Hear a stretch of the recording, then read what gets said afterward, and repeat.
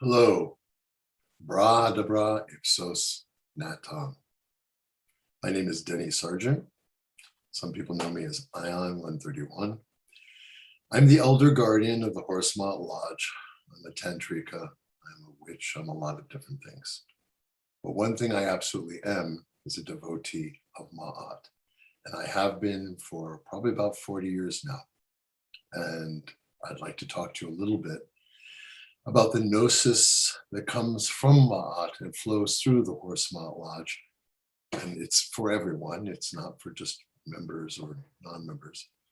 But I also want to talk about Nema, I want to talk about the HML, and I want to talk about the most important thing, which is the manifestation of Ma'at on this planet. So before I begin, I would like to just take a moment to let you know that all the notes that I'm going to be using in this lecture are on my blog, and they'll also be replicated on the Horus Maat Lodge, where you will also find a lot of interesting information about Ma'at, which is really important. So excuse me for throwing this up, but the Horus Maat Lodge can be reached at horusmaatlodge.com. For the full lecture notes of this presentation, more about myself and my books, feralmagic.com. I will show this one more time at the end of my lecture. So let us begin. Before we can talk much about Ma'at, and we can talk about Horus and Ma'at and all these archetypal figures and these powers, let's first identify them not so much as gods and goddesses, but as stages of human evolution. And through our group unconscious mind and our unconscious mind, these archetypes are seen as rising to the fore during certain periods of time. These periods of time are called aeons. And in Sanskrit, they're called kalpas. Sometimes they're called eons. In any case, these aeons have been an important part of cultures around the world. From the beginning, when the world was created by the gods and so on, until this present time, a surprising variety of ancient cultures viewed time as a series of transformations that were divine and somewhat preordained, often called eons, aeons, or kalpas. That would be in India and Nepal. Each age was mythically assigned a particular power, ethos, metal, and sometimes a specific god or goddess, which ruled over that age. According to the Lamites, that is those who are followers of magic as per Aleister Crowley, or who find great worth or importance in the Book of the Law. We are in the age of Horus now, a time of force and fire, which fits quite well with how things are according to the chaos around us, of course, and the destruction of hierarchies and old stale structures that were very important for a long time and no longer are, including things like maybe capitalism. According to the ancient Greeks, we are in the age of lead now, ruled by Saturn or Kronos. According to the Hindus and Tantrikas, we are in the age of Kali now, an iron age when all is chaos, but all wisdom is being revealed to those with the wit to see. These are archetypal, mythic, and magical schemas, but to understand how we view and work with Ma'at, it is important to know the schema within which we operate in the Horus Maat Lodge, and to understand the transcendent concept of Ma'at, not just in a narrow mythological or occult setting, but in a transformational setting in terms of what is happening now. We are going through a major change in the way we perceive everything, and Ma'at is crucial to this. The aeonic schema is not to be taken literally or real. As we know, the idea of ages in the Western occult system has to do with the progression of aeons through the equinoxes. Most of you probably know we are now in, quote unquote, the age of Aquarius. Each age or aeon is supposed to be 2,000 years. There's this whole, of course, sort of almost mechanistic schema for aeons. But we don't want to take this schema literally, like every 2,000 years these things are going to happen. You're going to hear my dog coming and going. That's just life. So they are not literally real, but should be seen as states of human evolution that are typified by certain manifestations. They're not boxes or limits or labels. Rather, I would like you to see them as liminal concepts that prepare us for evolutionary change and awakening to new paradigms. So let's talk now about what's the progression of the aeons. This is what's most important. And you can listen to the barking wolf behind me. This whole paradigm moves through time from the beginning of the earth as a lifeless glowing ball to the present. But time, like anything else, is a conceptual framework. And according to physics and to physicists, it is moving in at least two directions at the same time. Tachyons, we know, move both backwards and forwards in time simultaneously. If, as quantum theory portends, all time is occurring simultaneously, then any perception we have of time, evolution, and spiritual progression is simply another paradigm within which to work. But this concept of progressive aeons is but a liminal mythic history paradigm of time, and is reflected in similar frameworks in other cultures, as is the idea of ages or aeons that we've been talking about, that have particular meanings and qualities. In this archetypal view, this mythic progression of aeons is more about changing cultures and experiences and mental and psychological increased complexity of humanity than anything else. In other words, we want to think of these shifts in aeons really as reflecting human evolution, both mentally, physically, spiritually, etc. These ages are thus seen as archetypal forces within us. Now, as masks we might wear and as states of consciousness. All the same time, the aeon or archetype that we are focusing on now is the final age, quote unquote, final age. After which this one, the Aeon of Ma'at, to be precise. And this is supposedly the end of the road, but of course it isn't, because there is no end, there is only a spiral. So the Aeon of Ma'at is really seen by us and by a lot of people as the return to a kind of golden age, but in a much higher level of consciousness, meaning a unity of human consciousness, a leap in evolution that will help us succeed and continue as a species, as opposed to making ourselves extinct, which is a very real possibility. So as I start to talk about the different aeons, I'm going to walk through the different quote unquote magical aeons and talk about what each portends. I want you to keep in mind, this is a conceptual framework that is not about, oh, during this time, everybody did this. During this time, everybody did this. That is an old school occult view of things, that during a goddess Aeon, everything was matriarchy and then everything was patriarchy. Things just simply historically didn't work that way. It's more a paradigm shift. And if you can kind of pull back and think of it that way, it'll make more sense.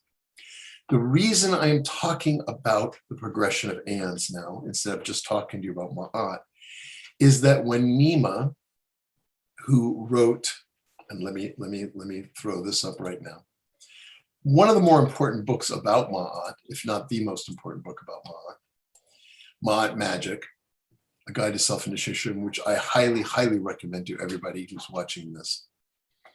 When she wrote this book, in the preceding era before she wrote this book, she received direct communication from the Aeon of Ma'at, from, in fact, the goddess herself, after several other ritual situations happened. So when this information came through her as a transmission, and this transmission, Liber Pene Prenumbra, which I'm going to read some quotes from at the end, became the cornerstone of a lot of the magical work that I am doing and that a lot of people are doing, and that the Horus Maat Lodge is founded upon.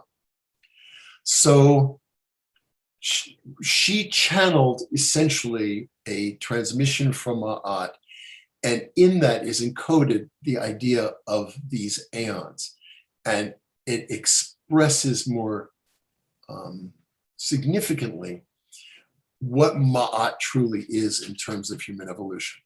So I've chosen to talk about the aeons so you understand how this all comes together in the idea of Ma'at and in the idea of a future where we have achieved liberation in the sense that we have all joined human consciousness into one human consciousness, which other visionaries have had this, this exact vision of humanity becoming wholly conscious in and of itself as one entity.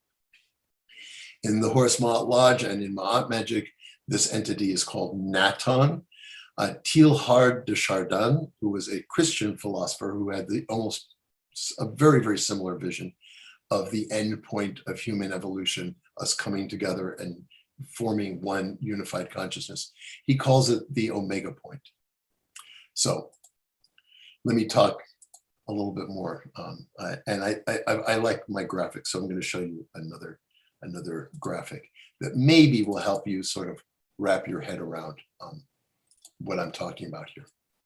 This is okay, a little bit cheesy, but this is a graphic to help you see and understand the different aeons. So let's start by saying the whole paradigm moves through time from the beginning of the earth as the lifeless go evolved to the present. Okay, and let's move forward. Let's talk about the different ones and ignore my barking wolf dog. Sorry, it's just the way it's going to be. So the first one is the nameless aeon. The nameless aeon or wordless aeon, I've typified it as primate, feral, timeless time. This encompasses the entire time that humanity was primates, but we were not able to speak. We did not have full linguistic ability. We have made, there's possibilities that there's a wonderful field of study that I'm involved with called evolutionary linguistics.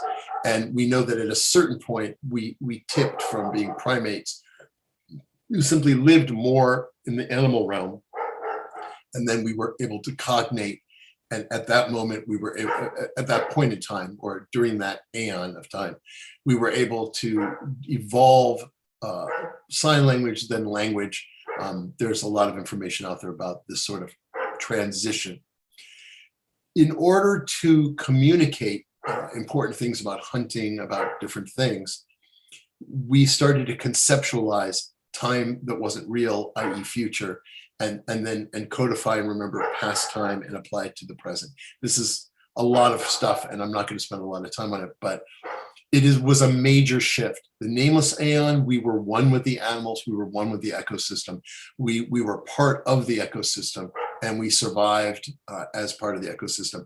Once we had the word, as some people say, once we were able to cognate and use higher cortex work and be able to function and communicate things that had not happened yet, or things that had happened but were gone, we moved into a different state of consciousness. And that state of consciousness is really crucial because it separates us from nature. And so a quick wrap up of the nameless aeon. The time period is from the creation of the earth until mankind begins to use language as a fully formed mode of sophisticated communication. The archetypal force was the power of all spirit. I use the god Pan as the image, who was half man and half animal, and simply was an extension of greater nature. And horned gods and general horn mass and other primal animal wilderness forces, undifferentiated bisexual force, like just wild beings, feral beings. Some of the earliest cave paintings that you see, I think, epitomize that. it's identified sometimes as both in magic as the Aeon of Pan or chaos. Nema ascribed the god Bez to this Aeon, and in classical Western magical tradition, especially within Thelema and within, say, the Golden Dawn and other Hermetic traditions, the Aeons are typified by Egyptian gods, which is fine. But one could easily ascribe other gods, such as Greek gods like Pan. The next Aeon that occurs is the Aeon of the Mother. Now, again, how many thousands of years have gone by? It's not so important. Really, I want you to be thinking in terms of the major mental, physical, physiological, psychological shifts and evolutionary leaps that are happening in each of these things. That is far more important than anything else, I believe. So the Aeon of the Mother, the time period from the formation of prehistoric hunter-gatherer cultures into the development of agriculture, and dominated somewhat by matriarchal organization of tribal units and clans. The reason why is because at this time, from what we can understand, anthropology is always evolving, ancient history is always evolving. It seems perfectly logical that humanity at that point did not understand how the sexual reproduction system worked. It wasn't, even the Victorians didn't think that, they didn't really understand how the system worked scientifically. It seemed miraculous that women would produce offspring and female animals will produce offspring. The idea of a sperm and an egg simply were beyond conception at that point. It was all seen as divine and spiritual. So this is some of the thoughts that people have in terms of why the goddess was one of the earliest deity forms that you find, the Venus of Willendorf, etc. So we know that matriarchy was very big. Was it universal? Probably not. But the ethos and the paradigm of this time is very much female oriented. It is also the time when hunter-gatherers started to stay in places and to grow food and do agriculture. The archetypal force, the Great Mother, all goddesses of nature, identified in traditional magic as Nuit or Isis. So the next Aeon to talk about is the Aeon of the Father. So we've gone from the nameless Aeon, which is purely linked with nature, and coming out of it, we suddenly have become a differentiated, evolving species that is very, very different from the other animals. And that's the Aeon of the Mother, the Aeon of agriculture, the Aeon of tribal groupings. We then moved into the Aeon of the Father. And from the beginning of prehistoric, from the beginning of this time, prehistoric city centers really started to manifest. Buildings and permanent buildings, now that agricultures are starting to be created. And pretty soon villages and then cities, and organization becomes far more important than it had been. Organization leads to hierarchy, etc. This is also the beginning of written history, where oral traditions, which were very important in the previous Aeon, the Aeon of the Mother, and so much of tribal culture has been lost because oral traditions and oral transmissions have been interrupted. Now we have writing, first primitive writing, primitive symbology, and then hieroglyphics, and then it moves into what the alphabet in the later eras of prehistory, as we're moving into history being when we're actually being able to write things down. We have an alphabetic system that probably came out of Phoenician, and this made life even faster and easier. So we went from things like knotted chords that the Incas used like that, to actually writing down glyphs that looked like what they were. A bird was a symbol of a bird. If you look at ancient Chinese characters, you can see those, and then they evolve slowly into glyph forms that became both an image as well as a sound. For example, a bull head in very ancient symbolism in Canaan had a meaning of a bull that later became very stylized into the sound ah, and then it evolved into what we know as Hebrew now as aleph, or the again the ah sound. So this is a little pedantic, but I'm hoping you find it interesting, and if not, just sort of let it flow by. So the aeon of the father is really really started manifesting with the beginning of written history, hierarchical organization, the formulation of religions, political structures, and a real shift to a patriarchal paradigm, and the manifestation of science, industry, monotheism, etc. So this was also the rise of things like weapons, war, tribal fighting, beginnings of proto-imperialism. So in this era, the role of the feminine is not quite as important as the role of the more aggressive masculine deities. And this is also the beginning of the time of religion, organized religion. Whereas before it was animistic or very loosely pagan, it seems. At this point now, all of a sudden, we have a priest class coming out of ancient Sumeria and Mesopotamia and other places, and a hierarchy and a king as opposed to a group of people. We have a lot of information about this, but of course, not as much as we would like. And then later on, this sort of hierarchy, and it's easy now for us to diss the patriarchal era, but it brought us things like organization, it brought us things like science, it brought us things like being able to advance our tool-making abilities and our use of our environment, irrigation. There were many positive things that came out of each of these aeons and negative things that came out of each of these aeons. So the industry, we can argue industry was something that helped us feed more people, but we can also see it as destroying our planet right now. So each of these ages had a purpose.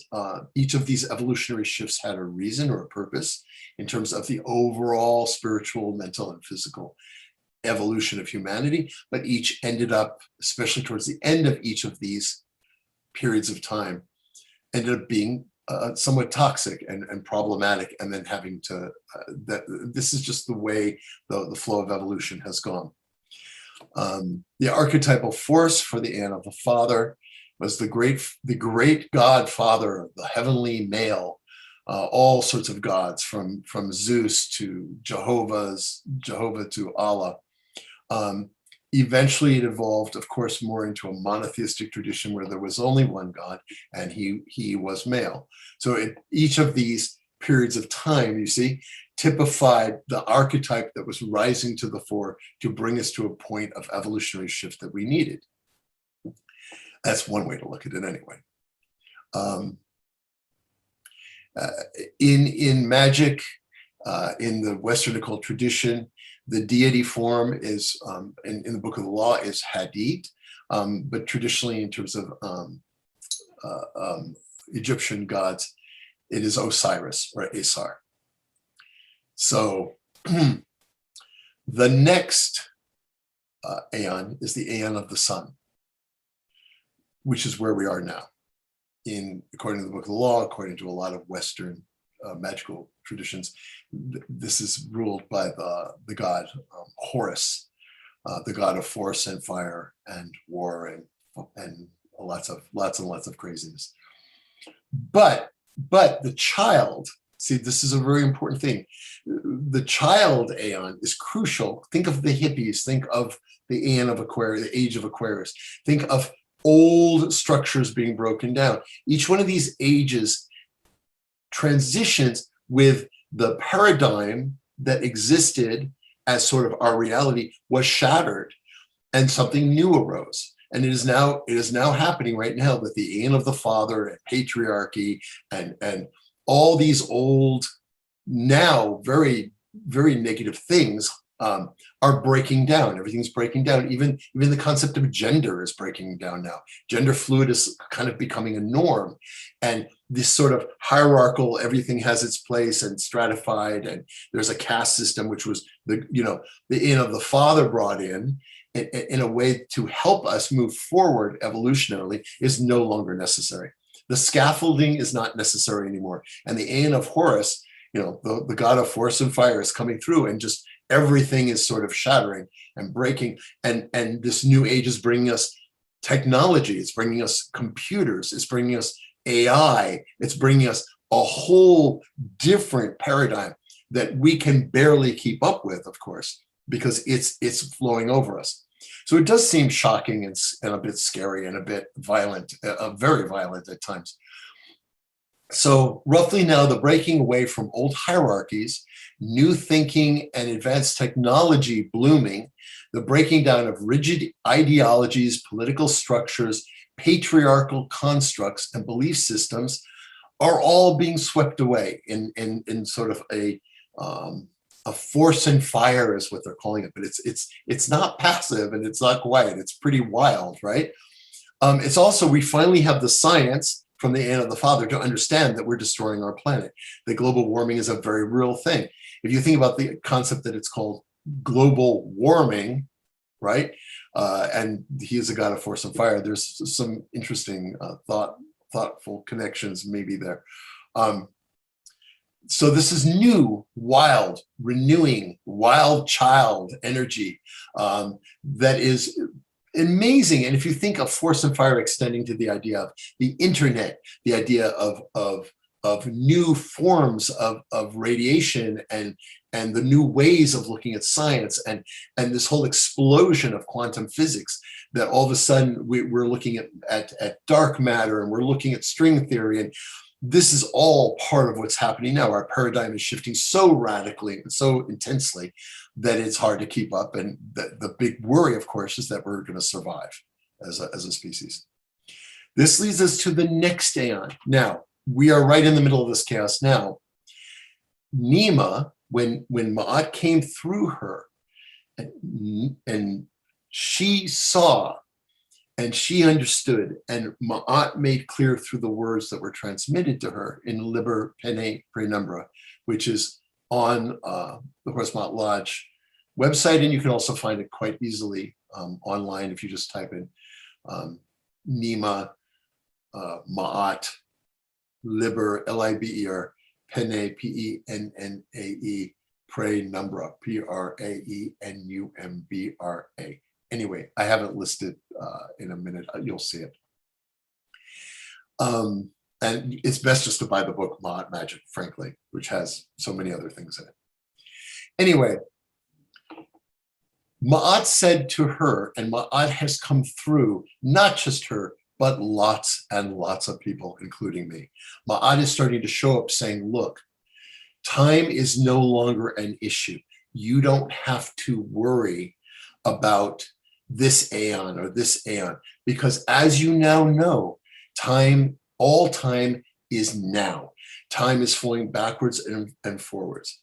And Ma'at reached from Ma'at's power, Ma'at's manifestation is coming to us from the quote unquote future to the present to help us get across this mess, this chaos, this force and fire, to make it through so that we get to the point where Ma'at manifests, which is where we attain species full consciousness and full unity.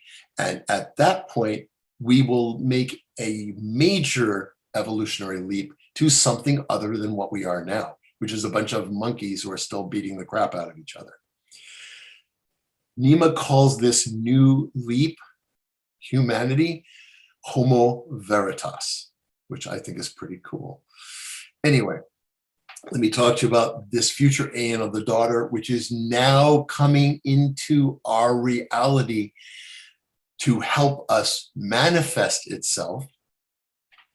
The Aeon of the daughter, the time period, the future, question mark, a transcendent age of rebalancing, renewing, and rebirthing new concepts, ideas, cultural norms, organizational paradigms, and lifestyles. Evolutionary leap time. We see some hints of the possibilities of this future in the shifts in consciousness that are even now beginning.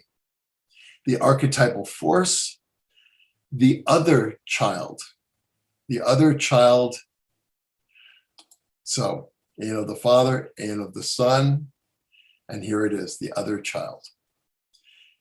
As Horus was the child of the mother and the father, so too is Ma'at. She is the other child, the most important child and the final child in this mythic paradigm. All future leaning archetypes are of a balancing nature and manifest Ma'at. A new human form of nominally female gynander archetypal force, new and evolutionary, identified in magic as Ma'at. Every magical system is a container for the possibilities of causing change with will or love. All magic is liminal, and with what we now know, free of the old Aeon mental restrictions of hierarchical and linear progression, we now know that nothing is linear. Time is flexible and illusionary, and we are far freer and have far more options than we ever thought possible. It is physics that has opened the door and proven to be wilder and more fantastic than any magic. So the Aeon of Ma'at offers us the gateway to take all of these things that are exploding and fold them into a completely new consciousness, a new way of doing things. So this is a quick paradigm shift for you to see this Aeonic progression. I want to talk now about just generally what this is about. Why am I bringing this up? Why is Ma'at so important? Our work in the Horus Maat Lodge has been focused on using magic to help humanity survive the volatile, fiery, current Aeon of Horus and make the evolutionary leap to a new state of being that manifests balance, truth, and justice. We believe that manifesting Ma'at in this way, bringing the future to the present, is the only way humanity will survive. We must evolve as quickly and as thoroughly as we possibly can. And we need help. And Ma'at, the energies of the future, where there is a possibility future where we succeed, is helping us do that. So if we take all these aeons and we say, all right, these are these archetypal forces, these are these evolutionary stages, what we really find when we look at that is that if all time is happening simultaneously, we have access to what Nema called Panaeonic Magick, meaning we can work with any of those forces and all of those forces, all of those God forms, all of those energies in a positive and integrative way to achieve our goal. Whether you want to call it nirvana, or you want to call it Shambhala, or you want to call it, the omega point. We like to think of it as a point of consciousness where human beings are so united in consciousness and in experience that a human being hurting another human being becomes instantly anathema, because we are then aware that to hurt another being is hurting yourself. To poison something is to poison everybody. To throw garbage into the ocean is to harm all of us. Right now we are fragmented and separate, and we are in our own little ego shells. Ma'at is bringing to us a great gnosis, which is at some point we will evolve to a point where we have unified consciousness and we are all aware of each other and aware of this. This is the major point why the Horus Maat Lodge was created. This is the major reason the Horus Maat Lodge was created, was to help us attain this Ma'at, to attain truth, justice, and understanding each other on a deep, deep level. So this is our work at the Horus Maat Lodge, is to make Nema's vision, and all of us have partaken of that vision. All of us do work every month where we commune with Ma'at, and we all see what the vision is at this point. And the idea is to make sure that happens. Now, why? Because there are many possibility futures. Nema herself pointed out that at some point, we can destroy ourselves. She has had visions, and I have had visions, where the earth is a burned out husk, or the earth is toxic, or many, many possibility futures where humanity simply fails and the rest of the animals and nature takes over and Gaia does just fine. But if we believe in our own species, if we're trying hard to save ourselves and move ourselves forward in evolution, if you think humanity sucks and it should go, well then, okay, that's totally understandable. But we believe in the great work. The great work is the advancing of human evolution to an end result where we all live in peace and happiness, justice, balance, all sorts of things that are real. So this work explained in depth Ma'at Magick. And so I want to end by simply showing you a couple of things.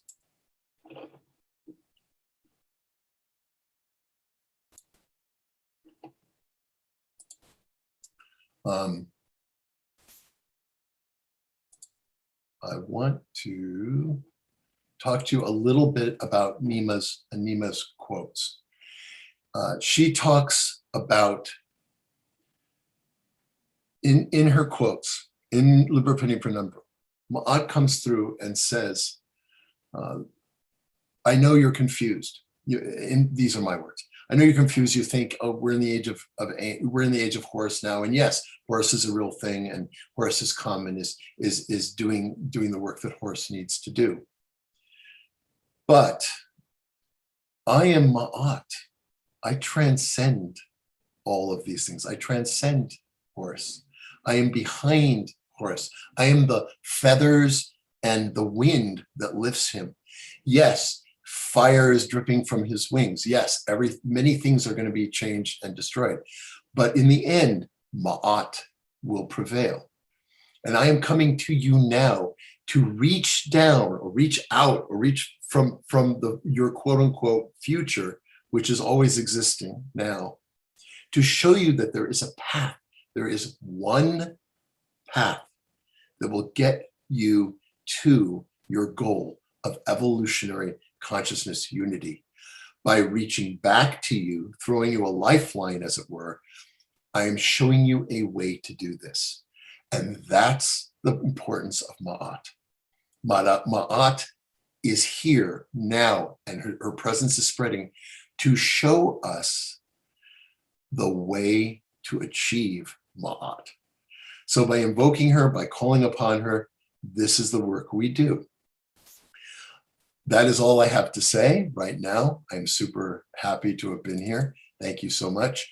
Again, there's many more notes that I haven't gotten to. I don't have time. They are here at feralmagic.com.